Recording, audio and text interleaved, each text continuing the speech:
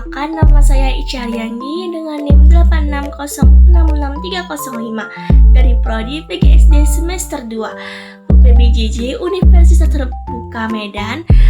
Salut Asahan. Nah, kali ini saya akan menjelaskan dari tugas tutorial 2, yaitu menjawab pertanyaannya. Ada 4 soal loh. Nah, yang pertama itu, bagaimana filsafat ilmu mengawasi dan memperkuat eksistensi, keilmian, serta nilai-nilai dalam ilmu pendidikan. Nah, dengan cara memberikan dasar berpikir yang sistematis, logis, dan juga kritis. Filsafat ilmu membantu menentukan hakikat pendidikan seperti ontologi, dan yang kedua juga cara memperoleh pengetahuan yang benar dalam pendidikan, yaitu epistemologi, serta nilai dan manfaat pendidikan bagi manusia, yaitu aksiologi. Nah, dengan demikian juga ilmu pendidikan tidak hanya berkembang sebagai teori, tetapi juga memiliki arah, tujuan, dan tanggung jawab moral dalam penerapannya. Lalu yang kedua, soalnya bagaimana pendidikan yang bermakna dan bernilai turut memperkuat perkembangan filsafat ilmu.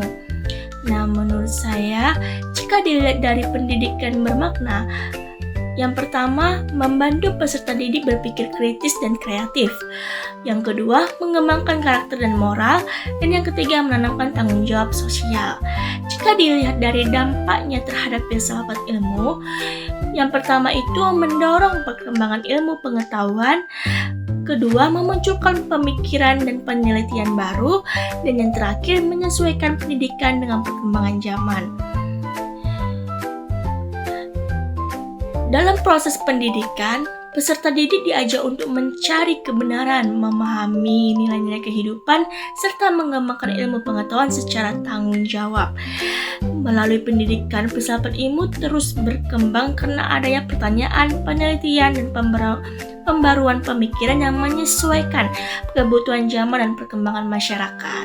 Oke, next yang soal ketiga. Mengapa filsafat ilmu dapat disebut sebagai psikoanalisis atau ontologi, epistemologi, dan juga aksiologi dalam membedah persoalan-persoalan pendidikan? Filsafat ilmu disebut sebagai psikoanalisis karena digunakan untuk membedah dan mengkaji berbagai persoalan pendidikan secara mendalam melalui 3 aspek utama. Yang pertama, ontologi. Ontologi ini membahas hakikat pendidikan seperti apa tujuan pendidikan dan siapa subjek pendidikan. Yang kedua, epistemologi. Epistemologi ini membahas cara memperoleh pengetahuan dalam pendidikan, metode pembelajaran, dan juga kebenaran ilmiah. Dan yang terakhir, aksiologi. Aksiologi ini membahas nilai, etika, dan manfaat pendidikan bagi kehidupan manusia. Dengan ketiga aspek tersebut, filsafat ilmu membantu menemukan solusi yang dapat terhadap masalah pendidikan secara kritis dan juga menyeluruh. Oke, yang terakhir, soalnya contoh konkret penerapan filsafat ilmu dalam praktik pendidikan, misalnya dalam kebijakan, kurikulum, dan juga proses pembelajaran. Nah, jadi kalau dilihat dalam kebijakan pendidikan, pemerintah menyusun kurikulum yang menyesuaikan perkembangan zaman dan kebutuhan peserta didik, seperti kurikulum merdeka yang menekankan kreativitas dan karakter.